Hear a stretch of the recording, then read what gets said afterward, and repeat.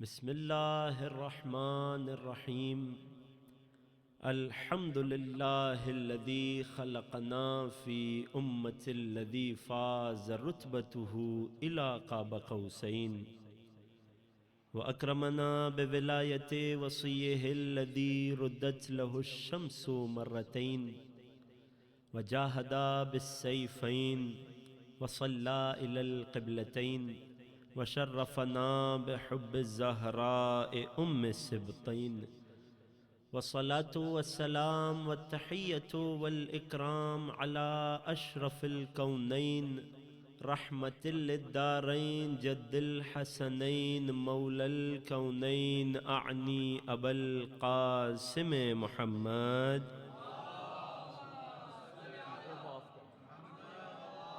اللهم صل على محمد وعلى أهل بيته الأطيبين الأطهرين رحمة الله على محبيهم ولعنة الله على أعدائهم وقاتليهم وظالميهم أجمعين أما بعد فقد قال الله الحكيم في كتابه الكريم بسم الله الرحمن الرحيم ولسوف يعطيك ربك فترضى صدق اللہ العلی العظیم. درود ہدیہ کیجئے محمد و آل محمد.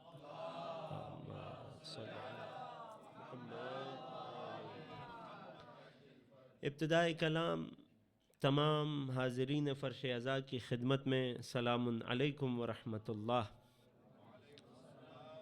پروردگار کا جس قدر شکر ادا کریں وہ کم ہے اس عظیم نعمت پر کہ پالنے والے نے ہمارے دلوں کو مودت جناب زہرا سے منور کیا. اسی مودت کا یعنی شدت سے محبت کا ایک اظہار یہ مجالس ایام فاطمیہ ہے کہ جسے منانے کا، جس میں حاضری کا، جس میں ذکر کرنے اور سننے کا شرف پروردگار نے ہم سب کو نصیب کیا. عزیزان گرامی، چند روزہ سلسلہ گفتگو ہے. اس سے پہلے کہ اپنے موضوع کا تعارف انٹروڈکشن پیش کروں آپ کی خدمت میں، ابھی ہمارے بھائی نے سورہ مبارکہ یاسین کی تلاوت کی. جو نہیں پہنچے تھے ان کے لیے بتا رہا ہوں. سورہ مبارکہ یاسین کی تلاوت کی تو ذہن میں خیال آیا، سورہ یاسین کی پاکیزہ آیات کو اگر انسان دیکھے تو عجیب انداز ہے پروردگار کا. لِيُنذِرَ مَنْ كَانَ حَيًّا وَيُحِقَّ الْقَوْلُ عَلَى الْكَافِرِينَ. یہ قرآن اس لیے نہیں ہے تاکہ مردوں پہ پڑھا جائے، یقیناً انہیں بہت زیادہ ضرورت ہوتی ہے کہ ہم ثواب انہیں ایصال کریں، مگر یہ قرآن، یہ سورہ یاسین کیوں ہے؟ لِيُنذِرَ مَنْ كَانَ حَيًّا، تاکہ انہیں ڈرائے جو زندہ ہیں ابھی تک. یہ سورہ یاسین کی آیتیں کس قدر سخت آیتیں ہیں. ہذہ جہنم التی کنتم توعدون، یہ وہ جہنم ہے دیکھو جس کا تم سے وعدہ کیا جاتا تھا. اصلوها اليوم، آؤ اسے بھر دو آج. پھر تمہاری حالت کیا ہوگی؟ تم تو اپنا دفاع بھی نہ کر پاؤ گے. اليوم نختم على افواہہم وتکلمنا ایدیہم وتشہد ارجلہم بما كانوا یکسبون. آج کے دن تمہارے لبوں پر مہر ہوگی، وہاں دفاع نہیں کر پاؤ گے اپنا. تمہارے ہاتھ ہم سے بات کریں گے، تمہارے پیر گواہی دیں گے تم کیا عمل کیا کرتے تھے. کس قدر ڈرانے والی آیات ہیں. پروردگار ہم سب پر قرآن کا خشوع و خضوع طاری رکھے. لیکن یہی آیات جب شہزادی کونین کے ذکر اور ان کی مجلس میں سنی جاتی ہیں تو کس قدر امید آور بن جاتی ہیں. ایک خیال گزرا ہے، اسے آپ کی خدمت میں پیش کرتا ہوں، اور انشاءاللہ آپ میرے ساتھ یقیناً شامل ہیں اور زیادہ ذہنی طور پر بھی مزید جڑ جائیں گے. ذہنی ربط مضبوط ہو جائے گا تو اپنے موضوع کا آغاز کروں گا. یہی آیت ہے جب جناب زہرا کے ذکر کی محفل و مجلس میں سنی جائے تو کتنی لطیف ہو جاتی ہے. الیوم نختم علی افواہہم، روز قیامت شہزادی کے چاہنے والوں کو، شہزادی کی مجلس میں آنے والوں کو کچھ کہنے کی ضرورت نہیں پڑے گی. تو کلمنا ایدیہم، پروردگار ہمارے ہاتھ تیری بارگاہ میں گواہی دیں گے، ہم فاطمہ پر ماتم کیا کرتے تھے. وتشہد ارجلہم، پروردگار ہمارے یہ پیر گواہی دیں گے، ہم اپنا کام کاج چھوڑ کے تیرے نبی کی محبوبہ دختر کی مجلس میں آتے تھے۔ خدا ہم سب کو ان مجالس کے صدقے، ذکر شہزادی کونین کے صدقے، مظلومیت جناب زہرا کے صدقے، ان کی شفاعت سے بہرور فرمائے، ان کی شفاعت نصیب کرے۔ عزیزان گرامی، ہماری گفتگو کا موضوع اگر ایک لفظ میں کہوں تو قرآن کی فاطمی آیات، اور بچوں کے لیے اگر کھول کر بیان کر دوں، سیرت جناب زہرا قرآن کے آئینے میں، قرآن کی روشنی میں، یعنی کیا اور واضح کر دوں، قرآن کریم و فرقان حمید 6000 سے زیادہ آیات ہیں، میں نے لفظ استعمال کیا فاطمی آیات، یعنی وہ آیات جن کی نسبت ہو جناب فاطمہ سے۔ نسبت کیسے پیدا ہوتی ہے کسی بھی چیز میں، کسی بھی شخص یا کسی جگہ سے؟ کوئی کسی جگہ پیدا ہو، اس جگہ سے منسوب ہو جاتا ہے۔ عراق کے رہنے والے کو عراقی کہا جاتا ہے، عرب کے رہنے والے کو عربی کہا جاتا ہے، افریقہ میں بس جانے والے کو افریقی کہا جاتا ہے۔ کوئی کہیں پیدا ہو جائے یا تو نہیں پیدا نہ ہو، کہیں تھوڑا وقت گزار لے، اب چاہے جیسے بھی گزارے، تو اگر جگہ بڑی پاکیزہ ہو تو خود کو وہاں سے منسوب کر لیتا ہے۔ ایسے مجھ جیسا، میں اپنی بات کر رہا ہوں، نجفی ہو جاتا ہے۔ اگر اس جہت سے دیکھا جائے، توجہ میرے ساتھ ہے، اگر اس اینگل سے دیکھا جائے تو پورا کا پورا قرآن ہی فاطمی نظر آئے گا۔ قرآن کی سینکڑوں آیات یا حجرہ نبی میں اتر رہی ہیں جب فاطمہ اس کا حصہ ہیں، یا حجرہ فاطمہ میں جب نبی تشریف لاتے تب اتر رہی ہیں۔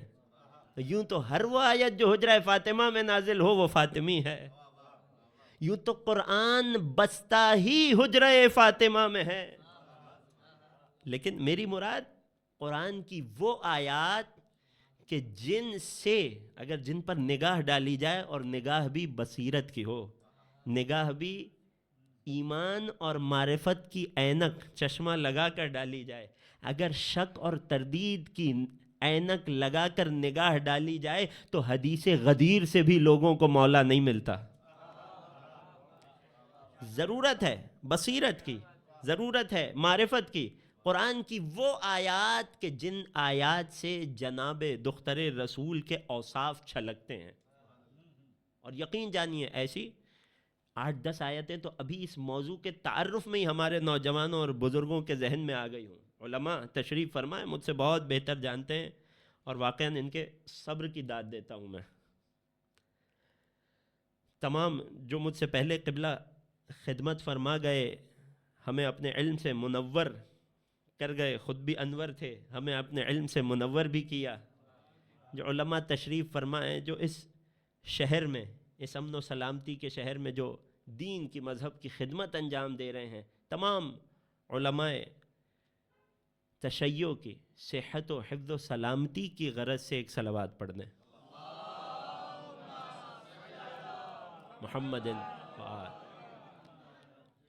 چند آیتیں تو آپ کے ذہن میں ابھی سے لپک کر آ گئی نا، مگر قرآن میں ایسی سینکڑوں آیات ہیں۔ آیات چھوڑیے، میں فقط سوروں کی فہرست گنواتا ہوں آپ کی خدمت میں کہ ہم جس قدر ان سے آپ کی خدمت میں مطالب پیش کر پائیں، مگر قرآن کی صورتوں کو اور آیات کو دیکھا جائے تو جو شہزادی کی سیرت پر اشارہ کرتی ہیں، شہزادی کے اوصاف جن سے چھلکتے ہیں، تو ولادت بلکہ اس سے بھی پہلے سے لے کر جناب زہرا کی پوری سیرت قرآنی آیات میں سمٹ کر آ سکتی ہے، اور قرآنی آیات سے ماخوذ کی جا سکتی ہے۔ میں مثال دوں، توجہ میرے ساتھ ہے، اب گنتے جائیے گا ان صورتوں کو۔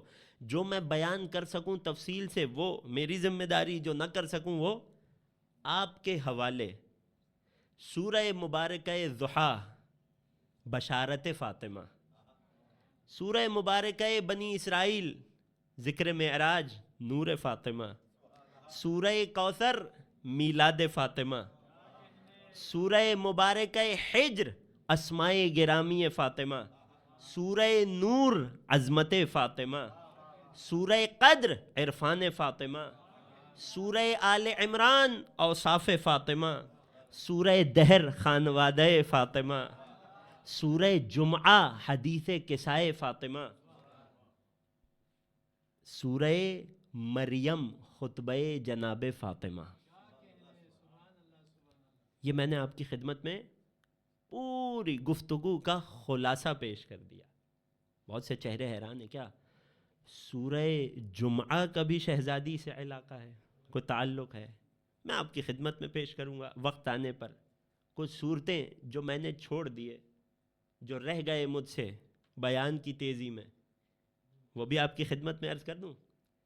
سورہ رحمان واقعہ ازدواج فاطمہ، سورہ فجر ذکر اولاد فاطمہ.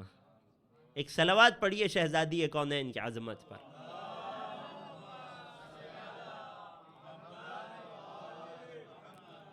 اور سورہ احزاب اعلان دشمنان فاطمہ. انشاءاللہ کہ یہ پورے موضوع کا خلاصہ سیرت جناب فاطمہ. کون سا پہلو رہ جاتا ہے جو قرآن سے نہ دکھائی دے؟ سیرت جناب فاطمہ تفصیل سے، یقین جانیے شہزادی کا حق ہے ہم سب کی گردن پر. اس شہزادی کی سیرت تفصیل سے نہیں بیان ہو پاتی، وقت ہی نہیں مل پاتا اتنا.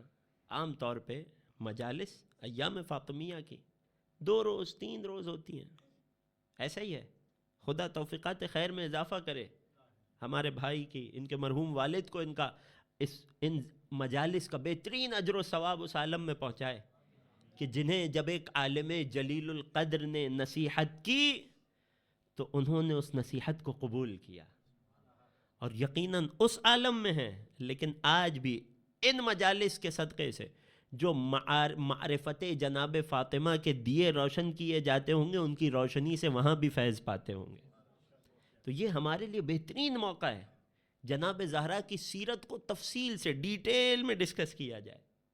اور یہ بات بھی واضح رہے، ابتدائی اعلان ہے، ابتدائی بات ہے کہ کل جیسا کہ آپ تک اعلان پہنچا ہوگا، مجلس کسی اور بارگاہ میں ہے. یوں تو ہر بارگاہ ہی بارگاہ حسین ہے. میں انشاءاللہ کہ اپنے موضوع کو کنٹینیو رکھوں گا، مسلسل رکھوں گا، یہاں تک کہ جو آخری 3 مجالس ہیں جو مسجد میں ہونی ہے، وہاں بھی جناب فاطمہ کی ہی سیرت کا ایک پہلو، یہی موضوع مسلسل رہے گا، کنٹینیو رہے گا. مگر وہاں اس کا ایک خاص پہلو جو آخری گفتگو ہوگی، شہادت کا دن اور اس سے پہلے کے ایام ہوں گے، تو جو آخری پہلو ہے سیرت جناب زہرا کا، سورہ مریم اور خطبہ جناب فاطمہ، اس خطبہ شہزادی پر وہاں تفصیل سے گفتگو ہوگی انشاءاللہ. یہ موضوع کا کہ تعارف کا انٹروڈکشن کا خلاصہ تھا. اگر میری زبان لغت ڈکشنری کی وجہ سے کسی بھی بچے کو، جوان کو کوئی بات سمجھ نہیں آئے، تو یہ بھی میں پہلے ہی دن کہہ رہا ہوں کہ بغیر تکلف کے، بغیر، اب تکلف بھی مشکل لفظ ہے، بغیر پریشان ہوئے، بغیر ہیزیٹیشن کے مجھ سے آ کر مجلس کے بعد پوچھ لیجئے گا، اور مجھے بتا بھی دیجئے گا تاکہ آئندہ باتیں اور زیادہ آسان کرتا چلا جاؤں. یہ ہے میرے موضوع کے تعارف کا خلاصہ، سمری ہمارے ٹاپک کی. اگر یہاں تک میرے ساتھ تشریف لے آئے ہیں تو میں اپنے موضوع میں داخل ہونا چاہتا ہوں. شہزادی کی عظمت پر مل کر ایک درود پڑھ دیجئے.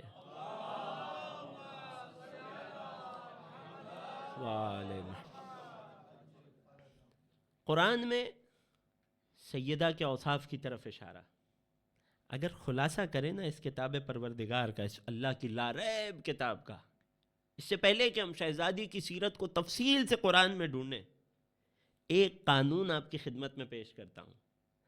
قرآن میں جتنی خواتین، جتنی وومن، جتنی عورتوں کا تذکرہ آیا، ان کے کسی بھی کمال یا ان کی کسی بھی اچھائی کو بیان کیا، دختر رسول اس آیت میں ان مستورات کے ساتھ شریک ہیں.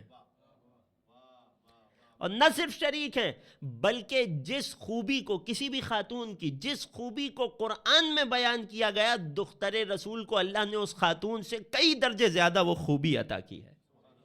تو یوں جب بھی آپ قرآن کی تلاوت کیجئے جہاں بھی کسی خاتون کی کوئی مدح کوئی تعریف کوئی منقبت دکھائی دے فوراً سے ایک چاہنے والے کا ذہن لپک کے جانا چاہیے دختر رسول کی طرف کہ جنہیں اللہ نے یقیناً وہ کمال اور بدرجہ اتم اور کمال پر عطا کیا ہے۔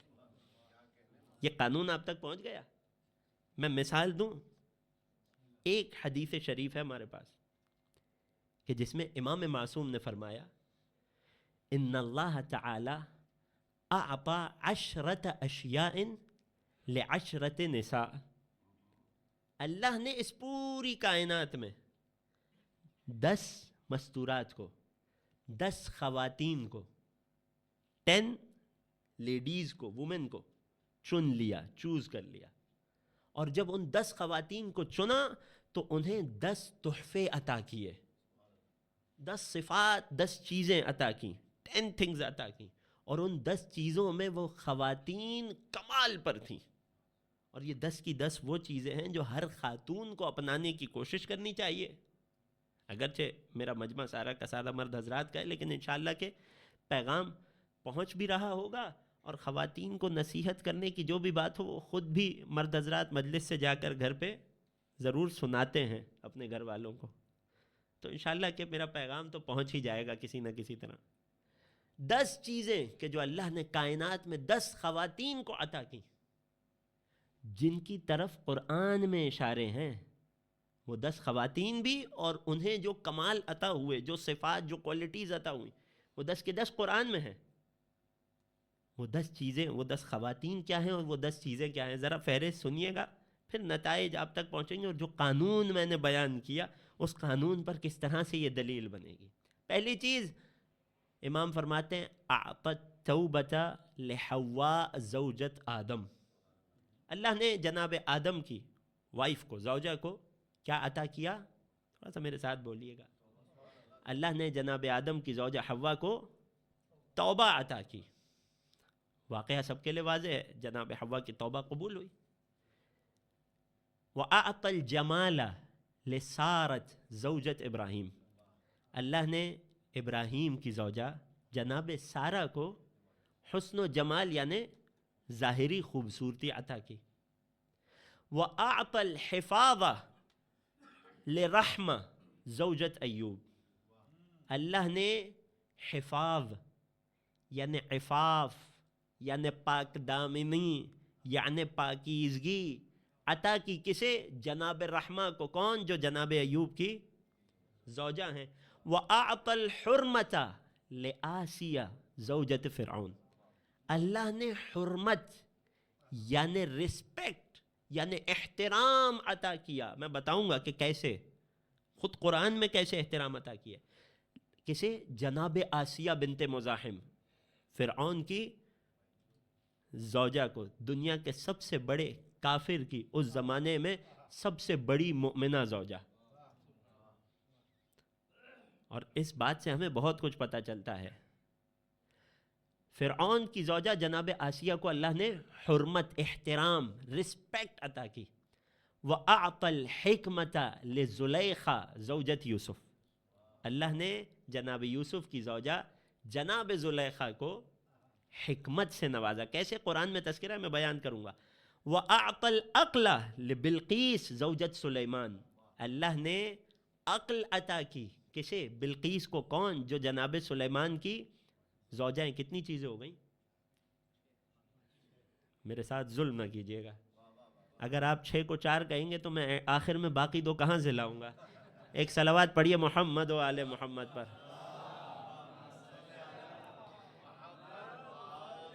میری تو خواہش ہوتی ہے آپ 6 کو 8 کر دیں، آپ نے 6 کو 4 کر دیا۔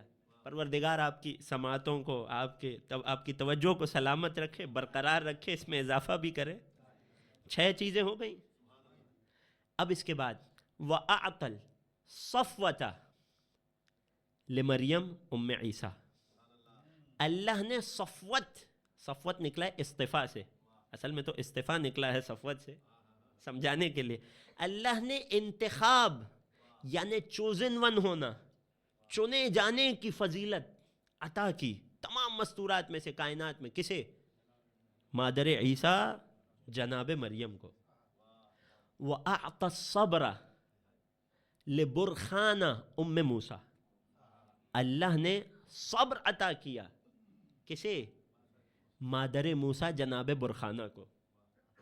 وَأَعْطَى الرِّضَى لِخَدِیجَةَ زَوْجَةِ الْمُصْطَفَىٰ، درود پڑھیے رسول کے نام پر۔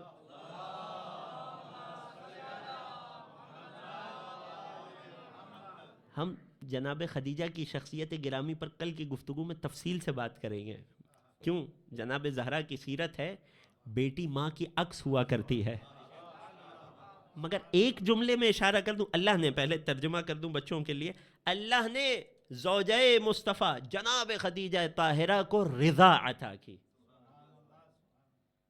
وہی اللہ جو مادر موسیٰ کو صبر دے رہا ہے، وہ مادر فاطمہ کو رضا عطا کر رہا ہے۔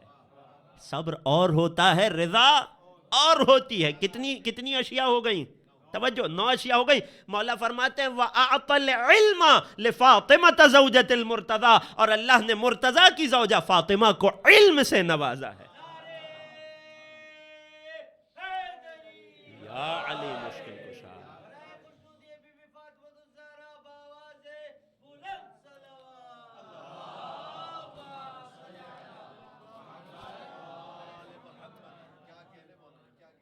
دس مستورات کو 10 چیزوں میں فضیلت دی، 10 چیزوں سے، 10 تحفوں سے نوازا۔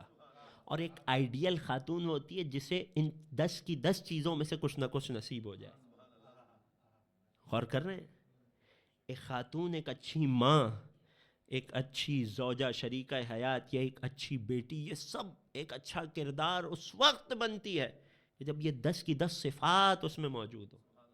جہاں یہاں امام نے 9 خواتین کی 9 صفات بیان کی، الگ سے ایک صفت دختر رسول کی بتائی۔ وہ کیا صفت ہے؟ وہ صفت وہ ہے جسے اللہ نے تمام صفات پر سب سے افضل صفت قرار دیا ہے۔ یعنی اللہ نے انسان کو، ہیومن کو، جو فرشتوں پر برتری دی تھی، وہ عبادت کی بنیاد پر نہیں دی تھی۔ توجہ ہے، مشکل تو نہیں ہے؟ جب فرشتوں نے پوچھا یا اللہ اسے کیوں پیدا کیا، ہم بھی تو عبادت کرتے تھے، وَنَحْنُ نُسَبِّحُ بِحَمْدِكَ وَنُقَدِّسُ لَكَ، ہم تیری تسبیح کرتے ہیں، ہم تیری تقدیس کرتے ہیں، اور خدا کی قسم کھا کے کہہ سکتا ہوں فرشتے ہم سے اچھی کرتے ہیں۔ ہماری عبادت کا عالم کیا ہے؟ جو فرشتے کیا کرتے ہیں اور کیا کرتے رہیں گے پروردگار کی۔ مگر اللہ نے کیا فرمایا؟ وَعَلَّمَ آدَمَ الْأَسْمَاءَ كُلَّهَا، پہلے آدم کو علم اسماء دیا۔ اب وہ کن کے نام تھے الگ بحث، آدم کو علم اسماء دیا۔ پروردگار آپ لوگوں کو سلامت رکھیں۔ یقین جانیے اب تک آج کی پوری مجلس اشاروں کے نایوں میں گزر رہی ہے، مگر آپ کے چہرے بتا رہے ہیں کہ یہ اشارے آپ تک برابر پہنچ رہے ہیں۔ اللہ نے آدم کو علم دیا اور پھر فرشتوں سے سوال کیا انبئونی باسماء ہؤلاء، تم برتری کے دعوے دار ہو، فضیلت کے دعوے دار ہو، ذرا بتاؤ مجھے ان ہستیوں کے نام، ان کنتم صادقین۔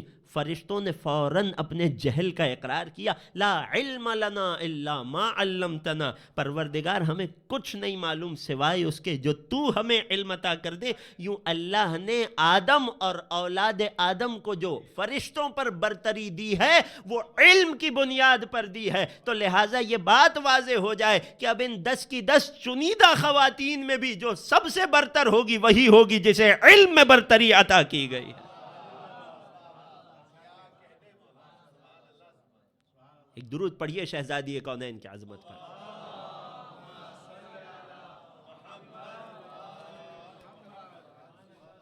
مگر بات یہاں ختم نہیں ہوتی، بات تو یہاں سے شروع ہوتی ہے۔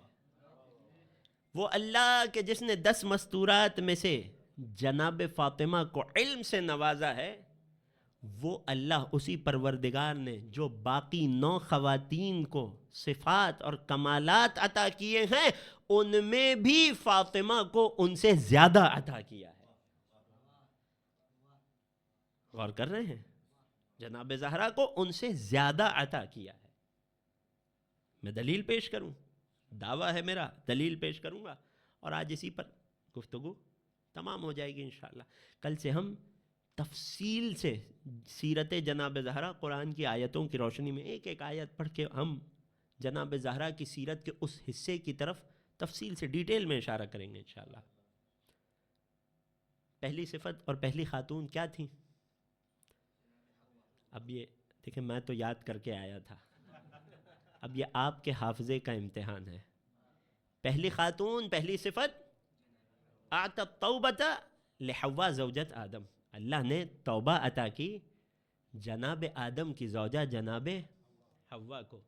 حوا کو توبہ کب عطا کی؟ قرآن میں پورا اشارہ جناب آدم کے واقعے کی طرف، جنت سے نکالے جانا، شجر ممنوعہ کے قریب جانا، پھر توبہ مانگنا، استغفار کرنا، قالا ربنا ظلمنا انفسنا وَإِن لَّمْ تَغْفِرْ لَنَا وَتَرْحَمْنَا، پوری قرآن کی آیتیں، پروردگار نے ان کی توبہ کو قبول کر لیا۔ خلاصہ کس کیفیت سے گزر کر قبول کیا ہمارا اس وقت موضوع نہیں ہے، پروردگار نے توبہ کو قبول کیا۔ یہ ہے حوا، جن کے پروردگار نے جنہیں کیا کمال دیا؟ توبہ عطا کی۔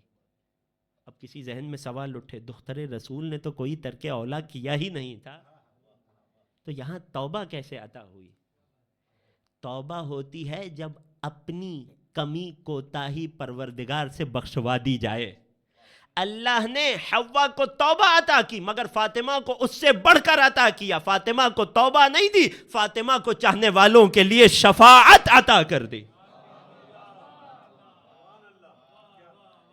اللہ نے حوا کو یہ عطا کیا کہ حوا، ہم نے آپ کے ترک اولا کو بخش دیا، ہم نے آپ کو توبہ عطا کی۔ جب فاطمہ کی باری آئی تو انما سمیت فاطمہ، اللہ نے فاطمہ کا نام فاطمہ اس لیے رکھا، ایک سبب یہ تھا لأن اللہ فطمها وفطم من احبها من النار، کیونکہ اللہ نے اس شہزادی کو اور ان کے چاہنے والوں کو آتش جہنم سے محفوظ کر دیا ہے۔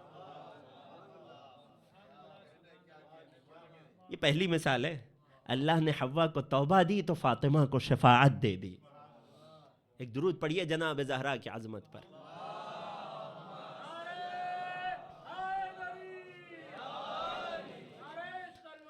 اللہم صلی علی محمد وآل محمد۔ اور یقین جانیے، یقین سے کہہ رہا ہوں، ان مجالس فاطمیہ میں آنے کا اگر کوئی مقصد ذہن میں رکھیے گا، یقیناً شہزادی کی معرفت، معلومات میں اضافہ، ثواب، یہ سب چیزیں بڑی اہم ہیں، لیکن ایک چیز اگر وہ مل جائے تو سمجھو سب کچھ مل گیا، اور اگر وہ نہ ملے تو کچھ بھی کام نہ آئے گا۔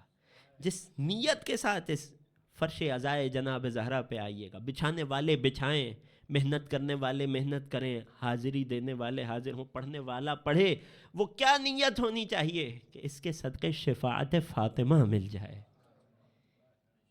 یہ غایت قصویٰ ہے، یہ وہ آخری ہدف ہے۔ اگر یہ مل گیا تو سب مل جائے گا، اور یہ نہ مل پایا، شفاعت فاطمہ اتنی اہم چیز ہے، یہ ساری محنت وصول ہے اگر چاہنے والے کو بی بی کی شفاعت مل جائے۔ پروردگار مجھے اور آپ کو محروم نہ رکھے، دختر رسول ہم پر نظر کرم رکھیں۔ پہلی چیز، پہلی صفت، حوا کو توبہ ملی تو فاطمہ کو شفاعت ملی۔ دوسری صفت اور دوسری خاتون، کسی کے ذہن میں تھوڑا جلدی جلدی بتائیے گا۔ اعطى الجمال لسارہ زوجت ابراہیم، اللہ نے زوجہ ابراہیم سارہ کو ظاہری جمال، خوبصورتی، حسن عطا کیا۔ مجھ سے پہلے قبلہ کئی بار تفصیل سے پڑھ گئے اور بیان کر کے بہترین انداز میں شرح کر کے فرما گئے،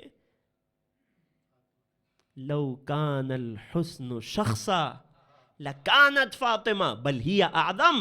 ارے سارہ کا جمال کیا ہوگا کہ جس کے بارے میں اللہ کے رسول فرما کر چلے گئے، اگر اس کائنات کا سارا حسن و جمال مجسم ہو کر کسی خاتون کی صورت میں آئے تو میری بیٹی فاطمہ ہوگی، بل ہی اعظم، بلکہ میری بیٹی اس سے بھی زیادہ ہے۔ یعنی اگر کہا جائے تو غلط نہ ہوگا کہ سارہ کا جمال تو فاطمہ کے حسن و جمال کا صدقہ ہے۔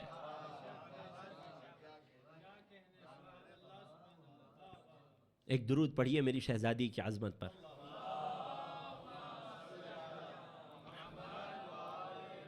تیسری صفت جو تیسری خاتون کو ملی، وَأَعْطَى الْحِفَاظَ لِرَحْمَةِ زوجت ایوب، اللہ نے جناب ایوب کی زوجہ کو جن کا نام رحمہ تھا انہیں عفت و پاکیزگی عطا کی۔ رحمہ کو کیا پاکیزگی ملی ہوگی جو دختر رسول کو ملی ہے، کہ پاکیزگی کا یہ عالم ہے کہ بتول کہلائی۔ تھوڑی سی توجہ کیجئے گا، فرش ازا ہے نا، منبر کے تقدس کے تقاضے ہیں نا، اگر ایک جملے میں ترجمہ اور مفہوم پہنچانا چاہوں اس لقب بتول کا، بتول اس شہزادی کو کہتے ہیں، اس خاتون، اس مستورہ کو کہتے ہیں جس سے نہ کبھی مصلی چھوٹے نہ روزہ ٹوٹے۔ ایک درود پڑھیے میری شہزادی کی عظمت پر۔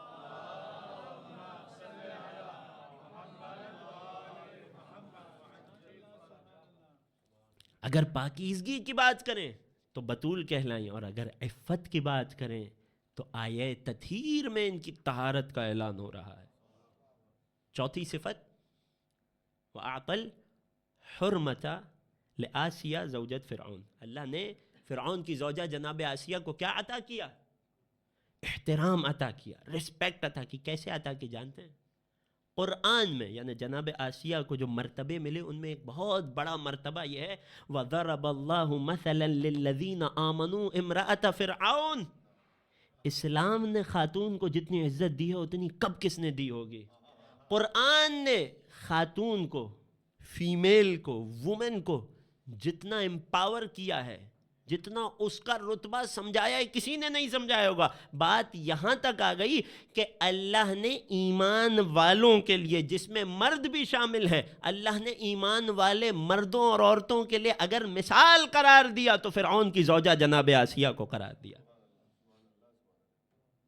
یہاں اللہ ایمان والے مردوں اور عورتوں کے لیے ایک خاتون کو، ایک مومنہ خاتون کو مثال بنا رہا ہے۔ کیوں؟ فرعون کے گھر میں رہتی تھی، مگر کیسے توحید اس تک پہنچی اور کیسے اس کے دل نے ایمان کو قبول کیا اور کیسے اس توحید کی حفاظت فرمائی۔ غور کیجئے گا، ہمارے ہاں یہ بہت بڑا پیغام ہے، آج کی اس مجلس کا پیغام سمجھیے اسے۔ ہمارے ہاں لوگ بہانہ یہ بناتے ہیں اپنی بے ایمانی کا، یا خدا ہم سب کو محفوظ رکھے گناہ میں مرتکب ہونے کا، یا خدا ہمیں محفوظ رکھے حرام ریلیشن شپس کا، کہ قبلہ ماحول ایسا ہو گیا ہے، آج کل ماحول ایسا ہو گیا ہے، کلچر ایسا بن گیا ہے، اسپیشلی ویسٹ میں رہنے والے۔ قبلہ ایسے ماحول میں ہم کیا کر سکتے ہیں؟ یہاں تک کہ خواتین اپنی کالج یونیورسٹی کے ماحول کو بہانہ قرار دیتی ہیں شرعی واجب حجاب نہ کرنے کا۔ قرآن ان سے ایک سوال کر رہا ہے، تمہارے اطراف کا ماحول جتنا ہی خراب ہو، آپ کا انوائرمنٹ جتنا ہی پست کیوں نہ ہو، یہ بتاؤ کیا آسیہ زوجہ فرعون کے انوائرمنٹ سے زیادہ خراب ہے؟ کہ جس کا شوہر اللہ کا سب سے بڑا دشمن، توحید سے برملا جنگ کرنے والا، اپنے زمانے کے نبی کا مخالف، اگر اس کے گھر میں رہتے ہوئے، آسیہ نے فرعون کا گھر نہیں چھوڑا تھا، خوب غور کیجئے گا، ایمان کبھی کسی کا گھر نہیں توڑتا۔ جس تک پیغام پہنچ جائے، اسلام کبھی گھر توڑتا نہیں ہے، اسلام گھر جوڑا کرتا ہے۔ آسیہ نے فرعون کے گھر میں رہتے ہوئے اگر اپنے عقیدہ توحید کو بچا لیا تو قیامت تک کسی خاتون کے پاس یہ بہانہ نہیں ہے کہ چونکہ ہمارے ماحول میں گنجائش نہیں ہے اس لیے ہم شرعی حجاب نہیں کرتے۔ اگر پیغام پہنچ گیا، مل کر ایک درود پڑھیے شہزادی کونین کا۔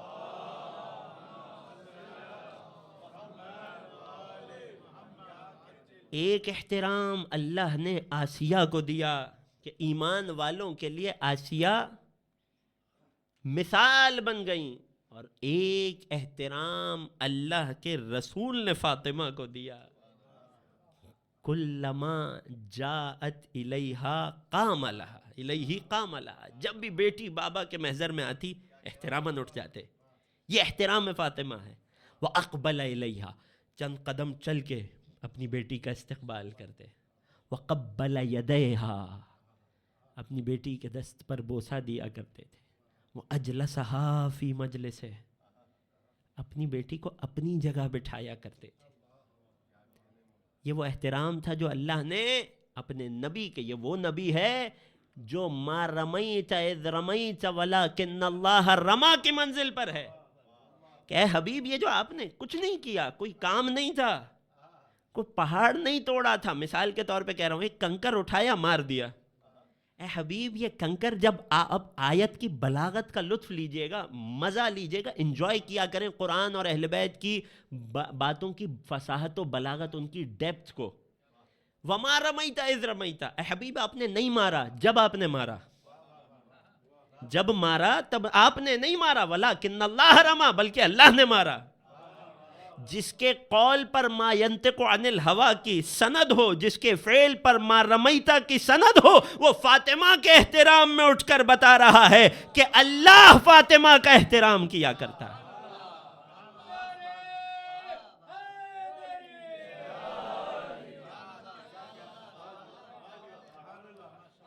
ایک درود پڑھیے دختر رسول کی عظمت پر، محمد و آل محمد. کہاں تک بات پہنچی؟ حرمہ لآسیہ زوجت فرعون، وَأَعْطَى الْحِكْمَةَ لِزُلَيْخَةَ زوجت یوسف. اللہ نے زلیخا جناب یوسف کی زوجہ کو حکمت عطا کی. قرآن میں اس حکمت کی طرف اشارہ ہے، حکمت. اور آگے جناب بلقیس کے عقل کا تذکرہ ہے. وقت نہیں ہے کہ فلسفی گفتگو میں جائیں، عقل اور حکمت کا فرق بیان کریں. قبلہ بہت بہتر جانتے بھی ہیں اور بہت بہتر سمجھانا بھی آتا ہے قبلہ کو. میں فقط اپنے موضوع سے جڑے رہنے کی وجہ سے فقط خلاصہ کر رہا ہوں. حکمت اسے کہتے ہیں کہ جس انسان کو یہ پتا ہو کہ کس موقع پر کیا کام کرنا ہے. قبلہ ایسا ہی ہے. اور عقل حکمت کے مقابلے میں جسے عقل نظری بھی کہا جاتا ہے کہ کس بات کا کہاں علم ہونا چاہیے. یعنی جسے معرفت ہو ان باتوں کی جن کا علم ہونا چاہیے، یہ عقل ہے. اور جسے یہ معرفت ہو کہ کس سچویشن میں کیا ایکشن لینا ہے، یہ حکمت ہے. اور حکمت اسی وقت نصیب ہوتی ہے جب عقل ہو، علم ہو. اور کر رہے ہیں جناب زلیخا کو حکمت ملی. کیوں؟ کیونکہ بخوبی جانتی تھی کب کیا کرنا ہے. جب مصر کی عورتوں نے زلیخا پہ تہمت لگانا شروع کی تو حکمت زلیخا جیسے قرآن نے بیان کیا، سب کو اپنے گھر دعوت دی. یہ سنت جناب زلیخا ہے، فقط یہاں تک، دوسروں کو اپنے گھر دعوت دینا. پھر کیا کیا؟ ایک ایک تیز چھری دے دی اور ایک ایک پھل دے دیا. وَأَعْطَتْ، قرآن نے اتنی تفصیل سے بیان کیا زلیخا کی حکمت کو. وَأَعْطَتْ كُلَّ وَاحِدَةٍ مِّنْهُنَّ سِكِّينًا، ان میں سے ہر ایک کو زلیخا نے چھری دی، تیز چھری دی، پھل دیا. وَقَالَتْ اخرج إِلَيْهِنَّ، اور جناب یوسف سے حکم دیا، مالکن تھی نا ظاہری طور پہ، تو حکم دیا کہ ان کے سامنے سے گزر جاؤ. فَلَمَّا رَأَيْنَهُ قَطَّعْنَ أَيْدِيَهُنَّ، ادھر یوسف پہ نگاہ پڑی، پھل سے توجہ ہٹی، پھل کے بدلے اپنے ہاتھوں کو کاٹ لیا. مگر ہاتھ کو، اب قرآن کی بلاغت اور خوبصورتی دیکھیے گا، ہاتھ کو کٹنے کے بعد بھی احساس نہیں ہوا کہ ہاتھ کٹ گیا ہے. ساتھ میں یوسف کی تعریفیں بھی کرنے لگی. قلنا حاش للہ ما ھذا بشر ان ھذا الا ملک کریم، پروردگار تو پاک و منزہ ہے، یہ اپنے حسن میں کوئی انسان، کوئی بشر تو معلوم نہیں ہوتا، یہ تو کوئی مقرب فرشتہ لگ رہا ہے. تو زلیخا نے اپنی حکمت سے ان تمام زنان مصر کو، مصر کی ان عورتوں کو کہ جو زلیخا پہ تہمت لگا رہی تھی، انہیں احساس دلا دیا کہ کمی مجھ میں نہیں ہے، یوسف ہی اتنے با کمال ہیں. اور کیوں نہ ہو کہ حجت پروردگار ہے. یہ حجت پروردگار کا حسن تھا کہ جس نے یوسف کو اتنا جمیل بنایا تھا. غور کر رہے ہیں؟ پیغام پہنچ رہا ہے. یہ باتیں، یہ ڈسکلیمر اس لیے دے رہا ہوں کہ کوئی غلط فائدہ نہ اٹھائے اس واقعے سے. اللہ نے جناب زلیخا کو حکمت عطا کی. جب بات آئے زوجہ مرتضیٰ کی، ایک حدیث پیش کروں. وہ رسول کے جس نے بارہا فرمایا انا مدینۃ العلم علی بابہا، اس رسول نے بارہا یہ بھی بتایا کہ جب علم کے شہر میں داخل ہوگے نا، تو ضروری نہیں ہے ہر وہ شخص جس کے پاس علم ہو، حکمت بھی ہو، جب علم کے شہر میں آنا تو حکمت کا گھر تلاش کرنا، جب حکمت کا در ڈھونڈنے جاؤ تو کیا پاؤ گے؟ انا دار الحکمت وعلی بابھا، علم کے شہر میں حکمت کا گھر بھی میں محمد مصطفیٰ ہوں، اور اس حکمت کے گھر کا دروازہ بھی علی مرتضیٰ ہے۔ تو اب اگر حکمت کا گھر نبی ہیں تو فاطمہ ام ابیہا ہیں، اگر باب بیت حکمت علی ہیں تو فاطمہ کفو امیر المؤمنین ہے۔ ایک درود پڑھیے میری شہزادی کی عظمت پر۔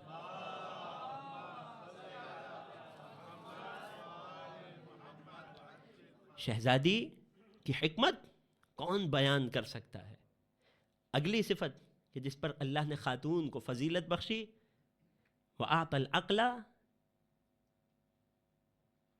لبلقیس زوجت سلیمان، جناب بلقیس نے اپنی عقل کا اظہار کب کیا؟ بس بات کو ختم کریں گے بہت تیزی سے، 2 جملے اور زحمت تمام انشاءاللہ۔ اللہ نے بلقیس کو عقل عطا کی، کہاں اظہار ہوا؟ کہ جب بلقیس کے جو ملکہ تھی، ایک شہر کی کنگڈم تھا، بہت بڑا کنگڈم تھا، جب دوسری جگہ سے خط آیا تو خط پڑھ کے سمجھ گئیں یہ بہت محترم خط ہے۔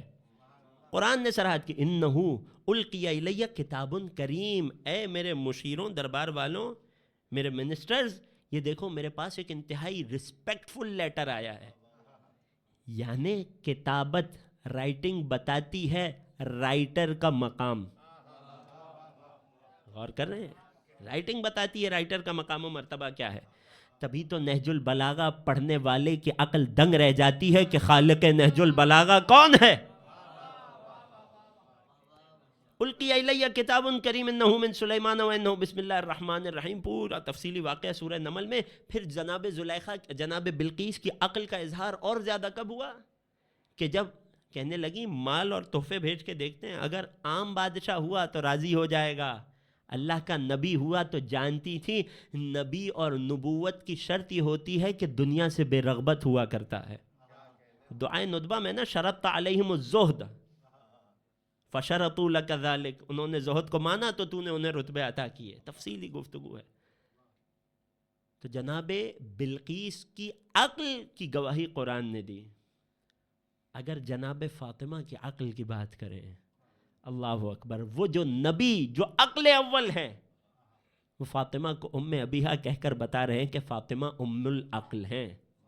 اور فقط اتنا نہیں، وقت نہیں ہے، آیت اللہ ابو الحسن اصفہانی رحمۃ اللہ علیہ نے جب دختر رسول کی مدح میں اور ان کے مصائب کے بیان میں اشعار لکھے، میں انشاءاللہ اگلی کسی گفتگو میں مصائب کے باب میں پیش کروں گا، اس میں ایک تعبیر استعمال کی، ام العقول۔ جناب فاطمہ عقول کی ماں ہیں۔ فلسفے کی تعبیر میں، فلسفی اصطلاح میں، وہ جو اس کائنات میں سب سے پہلی مخلوق تھی وہ عقل اول تھی، کہ جس عقل اول سے اللہ نے 10 عقول کو، عقول عشرہ کو خلق کیا۔ یہ فلسفے کی تعبیر اور اصطلاح ہے، ہم ڈیٹیل میں نہیں جاتے، خلاصہ یہ ہے چاہے کسی کے نزدیک کوئی بھی خلق اول ہو، آقا اصفہانی نے اس کی تطبیق کی۔ بہت جلیل القدر فلسفی اصولی مرجع دین ہمارے گزرے ہیں، اس فلسفی تعبیر کی، اصطلاح کی تطبیق کی، اسے اپلائی کیا ائمہ طاہرین کی ذوات گرامی پر، اور پھر فاطمہ کو ان کی ماں کہہ کر پکارا ام العقول العشرہ، کہ جو مخلوق کی ابتدا ہیں، جو خلقت کی ابتدا عقول عشرہ ہیں، ان کی مادر گرامی فاطمہ زہرا۔ ایک درود پڑھیے میری شہزادی کی عظمت پر۔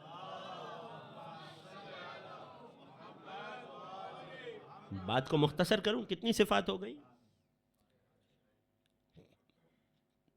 باقی 2 صفات کو کل کے لیے رکھتا ہوں۔ ایک صفت اللہ نے وَأَعْطَى الصَّبْرَ لِبُرْخَانَ ام موسیٰ، جناب موسیٰ کی والدہ جناب برخانہ رضوان اللہ علیہا، کہ جو نبی نہیں تھیں مگر ان کے لیے قرآن نے وحی کا لفظ استعمال کیا ہے۔ اللہ نے انہیں صبر سے نوازا تھا۔ ایسا کیا صبر کیا برخانہ نے؟ وَأَوْحَيْنَا إِلَىٰ أُمِّ مُوسَىٰ، ہم نے مادر موسیٰ پر وحی کی، أَنِ ارْضِعِیهِ، اسے اپنا دودھ چکھا دو۔ فَإِذَا خِفْتِ عَلَيْهِ، جب آپ کو اس پر خوف طاری ہو، فرعون ہر نومولود کو مار رہا ہے، قتل کر رہا ہے، کیا کرنا؟ فَأَلْقِيهِ فِي الْيَمِّ، اسے سمندر میں ڈال دینا۔ وَلَا تَخَافِي وَلَا تَحْزَنِي، خوف نہیں کھانا، غم نہیں کرنا. انا رادوہ الیکی، ہم اسے تیری طرف پلٹائیں گے، اور یہ جو تو قربانی دے رہی ہے وجاعلوہ من المرسلین، ہم اسے اپنے انبیاء مرسلین میں سے شمار کریں گے. یعنی ماں کا صبر اور ماں کی قربانی اولاد کو کمال تک پہنچاتی ہے. قرآنی چھپے چھپے پیغام ہیں. عام طور پر ماہ رمضان میں ان پیغامات پر گفتگو ہوتی ہے، لیکن چونکہ بات آ رہی ہے میں اشارے کرتے ہوئے جا رہا ہوں. مادر موسیٰ کو صبر کے کمال پر پہنچایا. کیا صبر کیا؟ کہ اپنے کمسن بچے کو، اپنے رضیع کو، دودھ پیتے بچے کو ایک گہوارہ بنایا اور اس میں ڈال کر سمندر کے حوالے کر دیا. اولاد والے جانتے ہیں کہ ماں کا جگر کیسے پھٹ رہا ہوگا اپنے بچے کو سمندر کے حوالے کرتے ہوئے، مگر اللہ کے وعدے پہ بھروسہ تھا کہ صبر کیا. غور کر رہے ہیں، اللہ کے وعدے پہ بھروسہ تھا، صبر کیا. مگر کس وقت تک کیا؟ بس کچھ ہی دیر گزری یا شاید کچھ دن گزرے. وحرمنا علیہ المراضع، ہم نے موسیٰ پر باقی تمام دودھ پلانے والیوں کا دودھ حرام کر دیا. موسیٰ تو کمسنی سے شریعت پر چلے، جو فخر موسیٰ ہو وہ 40 کی عمر میں آ کر صاحب شریعت بنے.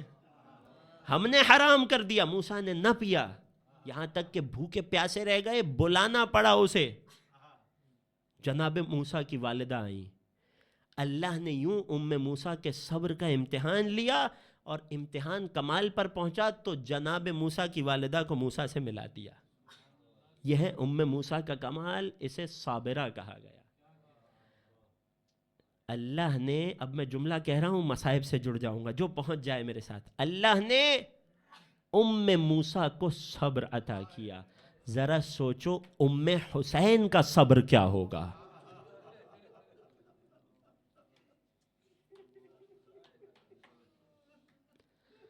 اللہ اکبر. کمسن بچے کو گہوارے میں ڈال کر سمندر کے حوالے کرنا اور ہے، اور چکیاں پیس پیس کر اسے پالنا، کہ جس کے لیے نبی بار بار بتاتے ہوں اے بیٹی تیرا یہ حسین قتل کیا جائے گا. اسے کمسنی سے جوانی تک پالتے رہنا اور ہے.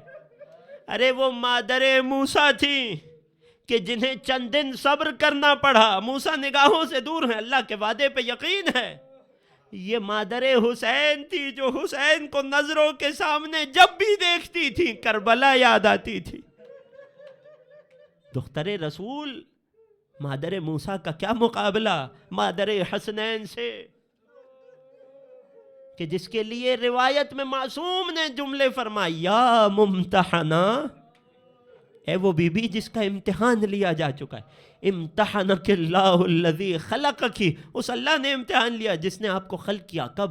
قبل ان یخلقک، خلقت سے پہلے امتحان لیا. تو نتیجہ کیا آیا؟ فوجدک صابرہ، کہ جس پروردگار نے آپ کو بڑا صبر کرنے والا پایا.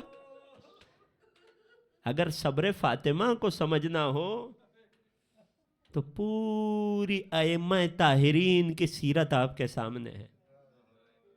کوئی بیٹا زہر کی تکلیف سے مارا جا رہا ہے تو کوئی تلوار سے قتل کیا جا رہا ہے، مگر یہ دختر رسول کا حوصلہ ہے کہ صبر کر رہی ہیں، فریاد نہیں کر رہی، بد دعا نہیں کر رہی. کب سے صبر کیا جانتے ہیں دختر رسول نے؟ حسین شکم مادر میں ہیں، روتی ہوئی بابا کے پاس آئیں.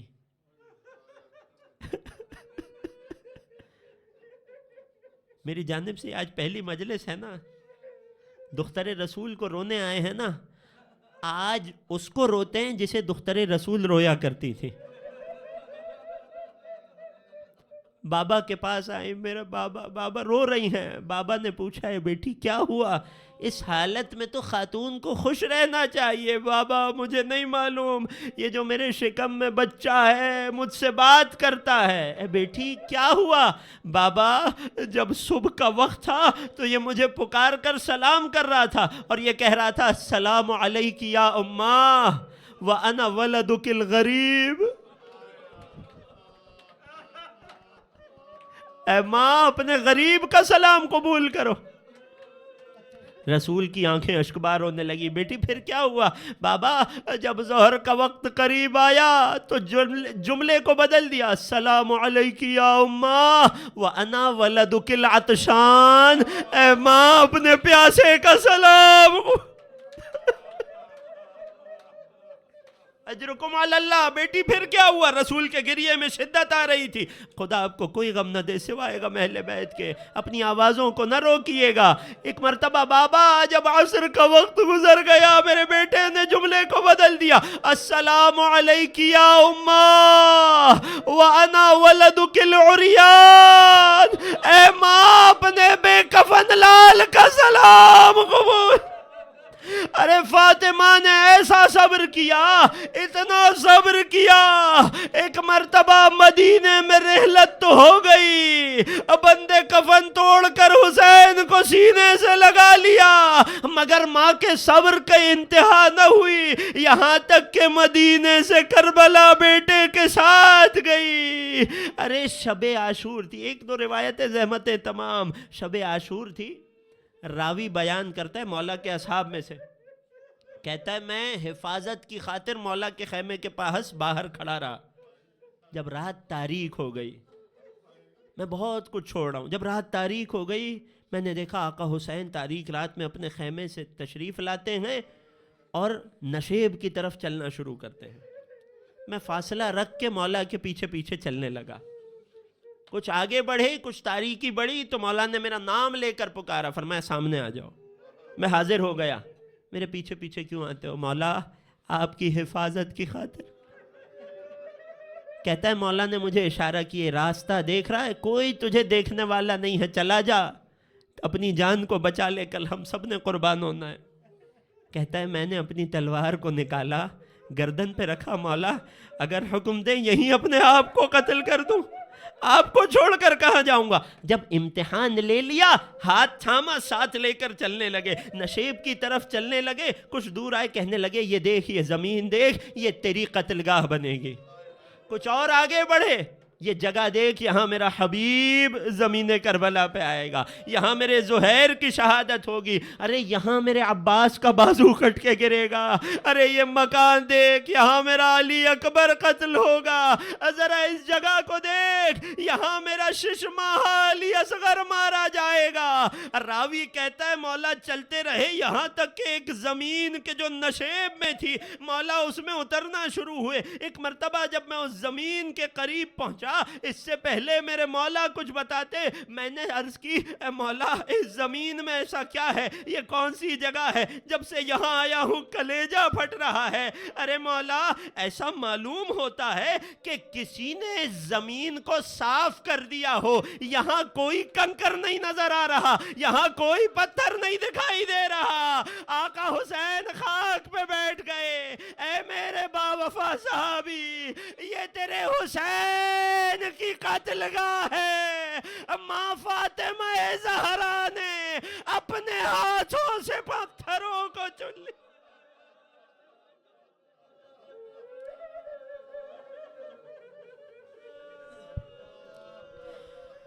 ہے مقتل میں گر رہا